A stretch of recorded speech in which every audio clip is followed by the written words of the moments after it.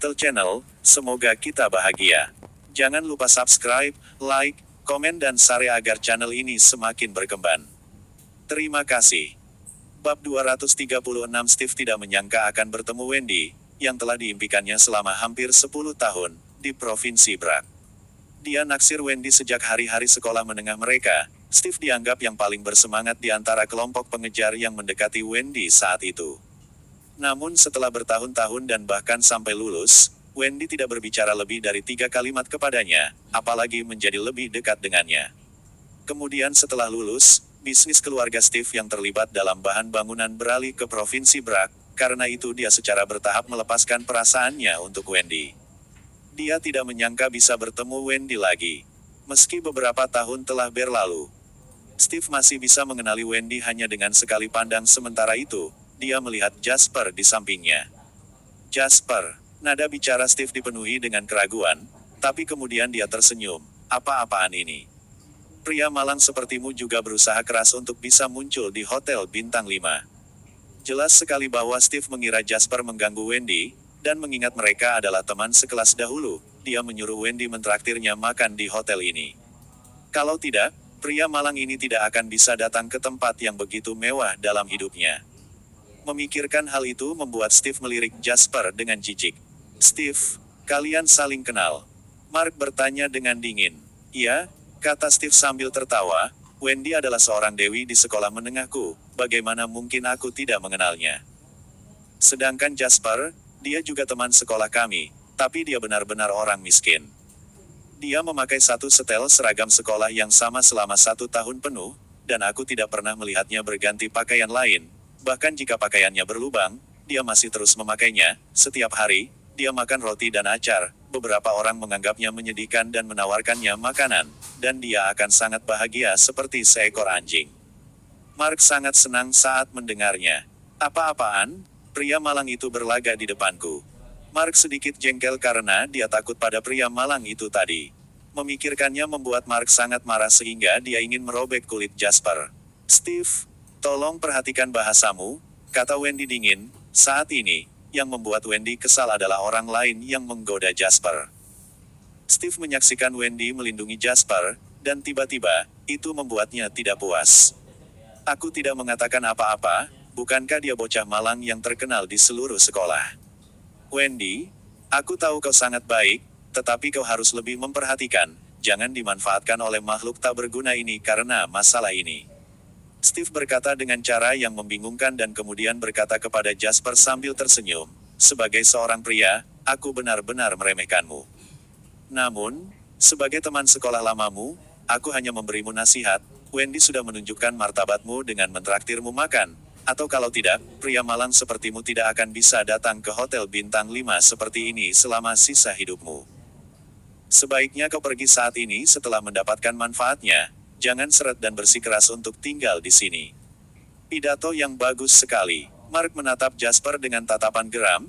Dia kemudian berkata dengan senyum sinis, "Hei bocah, kau cukup pandai berakting. Aku hampir takut padamu sekarang. Bagaimana kau ingin mati?" Hah? Steve langsung paham saat melihat pemandangan itu. Pasti Jasper, si bodoh ini, yang datang ke Hotel Bintang 5 dan berlagak sombong. Dia akhirnya menyinggung Mark. Ketika dia memikirkan bagaimana bisnis keluarganya bergantung pada keluarga Zion, itu membuat Steve bersemangat. "Tuan Muda Zion, apakah orang bodoh ini menyinggungmu?" tanya Steve dengan sopan. "Apa dia mampu menyinggungku?" Mark tersenyum dingin. "Paling-paling, aku hanya jijik dengan bau kotor yang keluar dari tubuhnya, itu mempengaruhi suasana hatiku." "Mengerti." Steve mengangguk, berbalik, dan menyalak pada Jasper, "Kenapa kau masih melamun di sini? Cepat dan minta maaf kepada Tuan Muda Zion, lalu nyahlah. Kita belum bertemu selama bertahun-tahun, namun kau masih sama." Jasper memandang Steve dan berkata dengan tenang. "Dulu di sekolah, kau adalah antek bagi tuan muda dari keluarga kaya, kau pandai mendapatkan sisi baik orang lain, kemudian, keluargamu berhasil mendapatkan keuntungan melalui bisnis yang melibatkan bahan bangunan dan kau menjadi sangat bangga saat ini. Sepertinya Mark adalah pemilik barumu." Mendengar komentar Jasper membuat ekspresi Steve menjadi semakin geram. Dia tidak melihat kesalahan dalam berhubungan baik dengan mereka yang memiliki kekuatan dan kekayaan. tetapi dengan Jasper yang mengatakannya seperti ini, itu seperti tamparan di wajahnya. Siapa kau untuk berkomentar tentang aku? Steve terlihat garang, itu jauh lebih baik daripada menjadi bocah malang sepertimu, mengganggu teman sekolah perempuan lama dan membuat Wendy membawamu ke hotel kelas atas untuk mentraktirmu makan. Aku menyarankan kamu untuk meminta maaf kepada Tuan Muda Zion jika kau tahu kedudukanmu. Lalu nyahlah, lagi pula, kau sudah makan, kau dapat kembali ke lokasi konstruksi dan pamer kepada rekan kerjamu tentang bagaimana kau pernah ke hotel bintang 5. Seperti yang dia katakan, Steve tiba-tiba tertawa terbahak-bahak dan bangga. Orang sepertimu hanya bisa bekerja sebagai buruh di lokasi, memindahkan batu bata, kan? Kau bisa memohon kepadaku? Jika kau memohon kepadaku dan jika aku dalam suasana hati yang baik, aku dapat mengatur agar kau mendapatkan posisi mandor, hahaha. Mark mencibir dan berkata, orang bodoh seperti dia ingin menjadi mandor. Cukup kenalkan tali logam di lehernya dan buat dia berjongkok di pintu masuk lokasi konstruksi. Dia bisa menjadi pengawas yang menjaga lokasi konstruksi. Itu paling cocok untuknya. Kau benar, Tuan Muda Zion, hahaha. Steve mengacungkan jempol ke Mark, memasang ekspresi menyanjung untuk mendapatkan hubungan baik. Kalian begitu arogan dan memandang rendah orang lain. Wendy bangkit dengan ekspresi dingin. Jasper, ayo pergi, membuatku ingin muntah bersama dengan orang-orang ini. Mark mendengus dan menghalangi Wendy dengan tubuhnya, berkata dengan wajah senang, hei cantik, jangan buru-buru pergi, apa yang bagus tentang pengawas ini? Dunia ini begitu luas, wanita cantik sepertimu seharusnya hanya cocok dengan seseorang yang sehebat aku. Jantung Steve berdetak kencang saat melihat Mark menatap Wendy sambil ngiler. Wendy adalah dewinya, itu adalah kesempatan langka baginya untuk bertemu dengannya. Oleh karena itu, dia masih memikirkan perasaannya terhadap Wendy. Namun, saat dia memikirkan bisnis keluarganya yang mengandalkan amal keluarga Zion, Steve membuat keputusan setelah mempertimbangkan pro dan kontra. Benar, Wendy, Tuan Muda Zion adalah pewaris keluarga besar Zion di Provinsi Brak. Dia bukan seseorang yang bisa dibandingkan dengan beberapa anak nakal.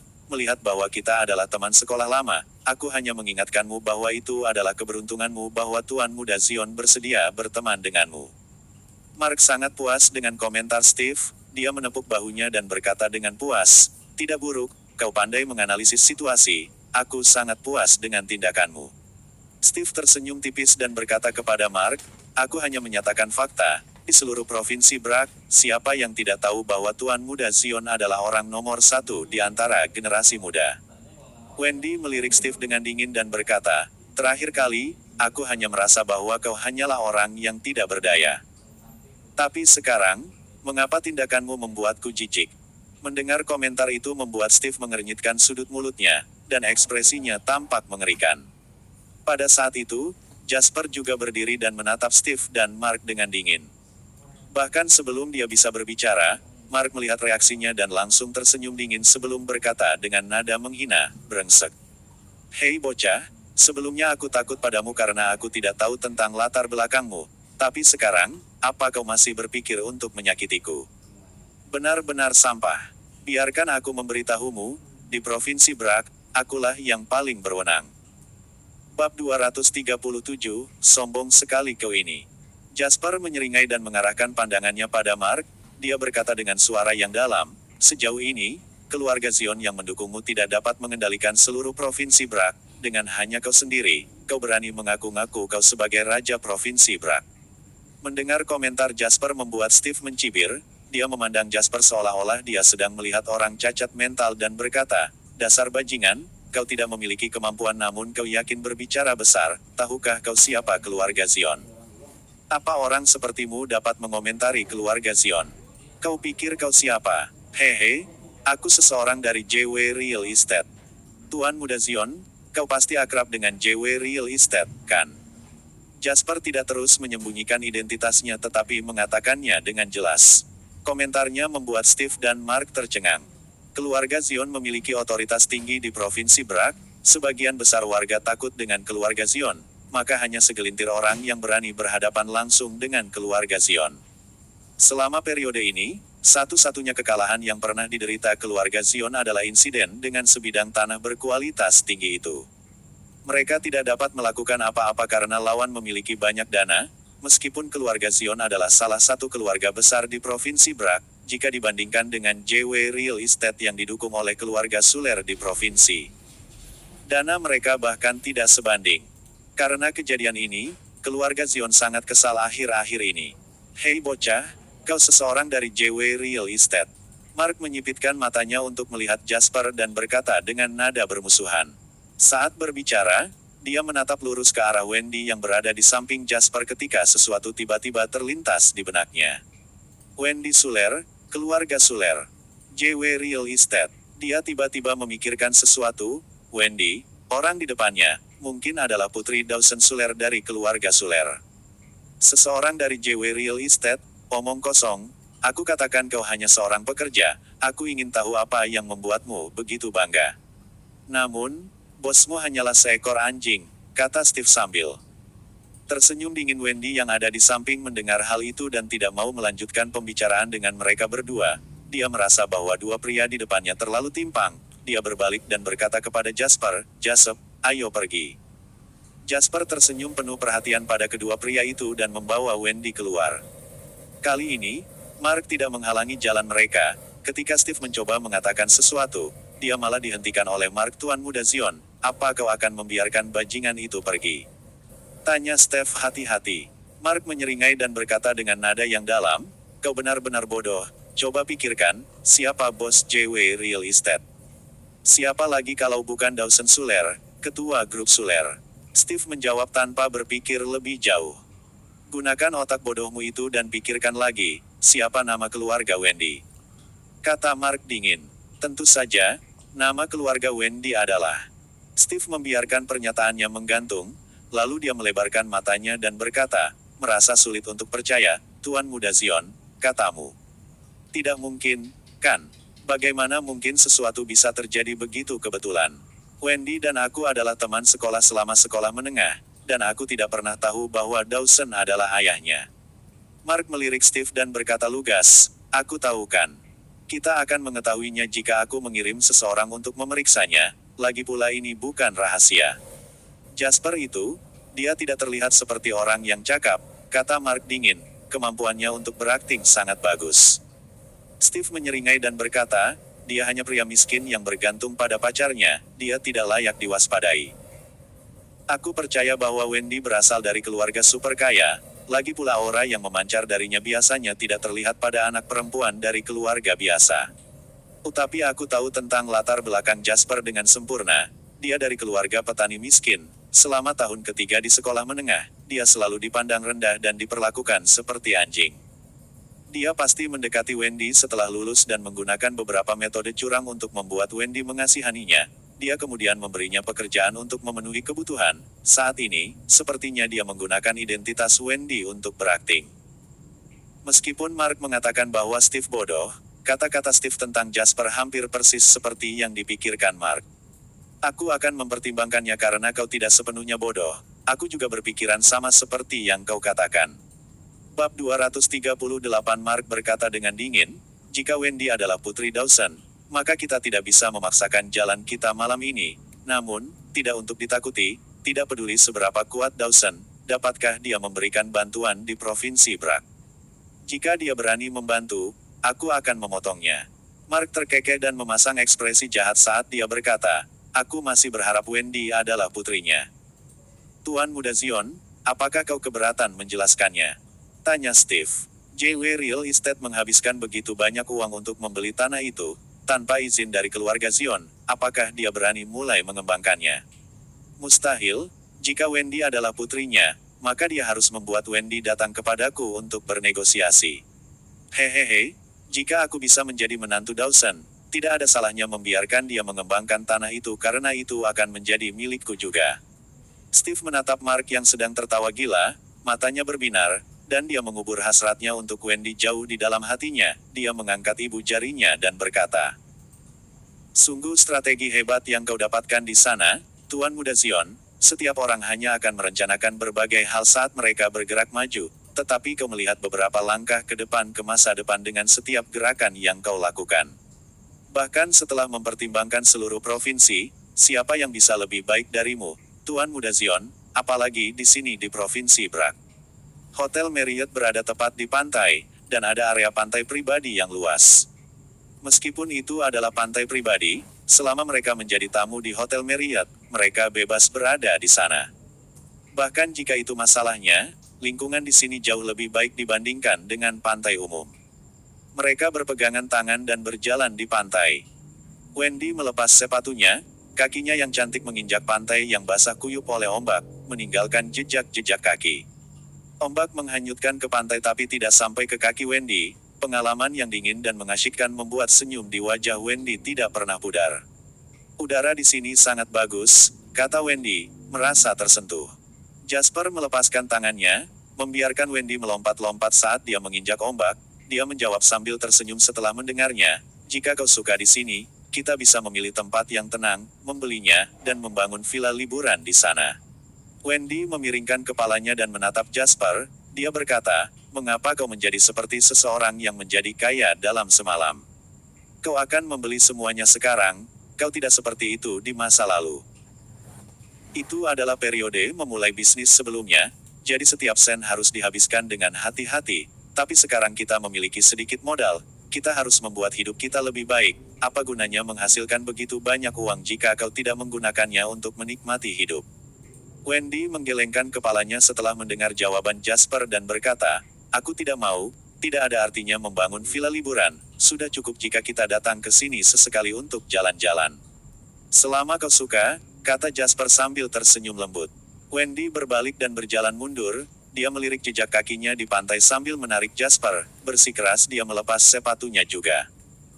Jasper tidak akan pernah menolak Wendy untuk masalah sepele seperti itu. Dia segera melepas sepatu dan kaos kakinya sebelum berjalan-jalan di pantai bersama Wendy. Setelah itu, pantai ini memiliki jalur panjang yang terdiri dari dua pasang tapak kaki besar dan kecil. Musim dingin akan datang setelah beberapa bulan lagi. Mari kita melakukan perjalanan ke ibu kota selama musim dingin yang akan datang ini. Wendy tiba-tiba menyarankan. Meskipun Jasper sangat terkejut mendengar saran ini, dia tetap menjawab sambil tersenyum, tentu. Mari kita pilih waktu saat salju turun dan mengunjungi kota terlarang, kata Wendy lembut. Dia tidak pernah memberitahu Jasper bahwa dia pernah mendengar dari orang lain bahwa istana kuno itu disebut kota terlarang ketika salju turun. Legenda mengatakan bahwa jika seseorang menemani orang yang mereka cintai dan berjalan di sekitar kota terlarang di bawah salju, tanpa disadari, mereka akan menjadi tua bersama.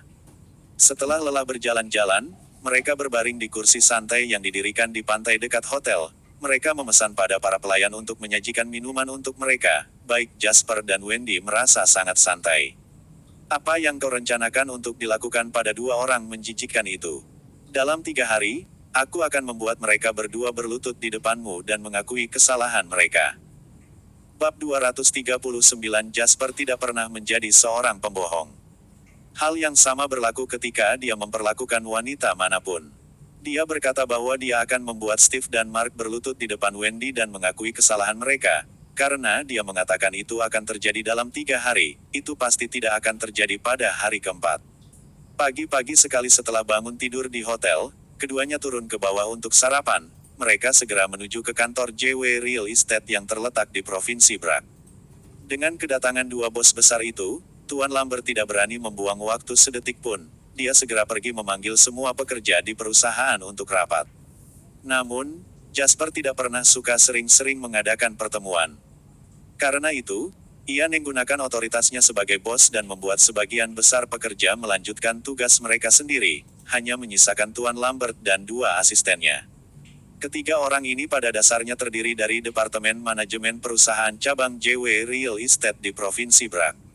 Sejujurnya, meskipun perusahaan utama tahu bahwa proyek di Provinsi Brac tidak mudah dilakukan, kami masih belum puas dengan kemajuan kerja kalian. Jasper duduk di kursi Tuan Lambert dan berkata. Mereka bertiga saling bertukar pandang ketakutan dan mengungkapkan senyum pahit pada saat yang sama.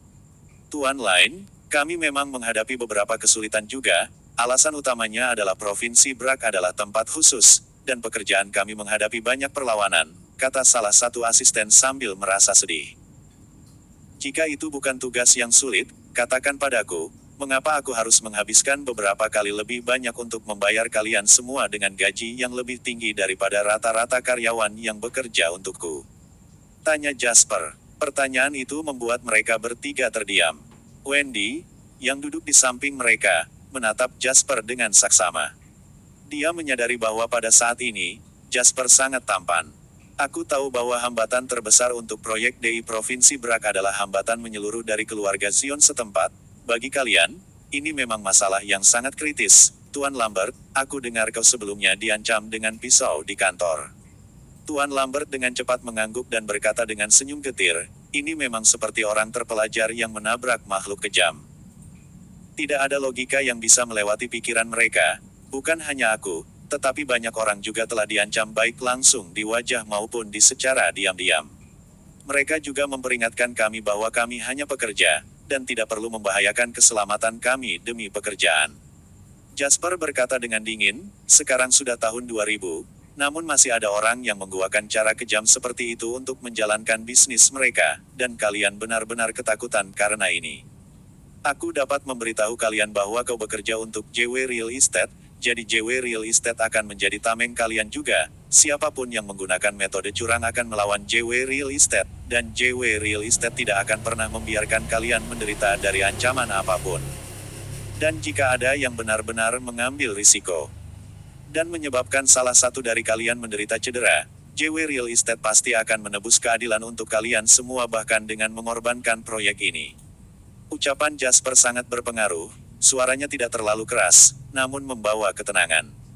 Tuan Lambert dan dua orang lainnya saling memandang sebelum mengangguk pada saat yang sama. Tuan Lin, kami percaya padamu. Karena Jasper sudah mengatakannya, mereka diyakinkan dan dihibur. Berapa banyak pemasok bahan bangunan lokal yang ada di Provinsi Brak dan mana yang bekerja sama dengan JW Real Estate? Tanya Jasper. Seorang asisten manajer dengan nama keluarga Wood terutama bertanggung jawab atas bidang itu dan dengan cepat menjawab. Pasar lokal untuk industri ini terutama terdiri dari Ambition Corporation dan Future Industries. Kedua perusahaan ini menguasai 70% pasar bahan bangunan.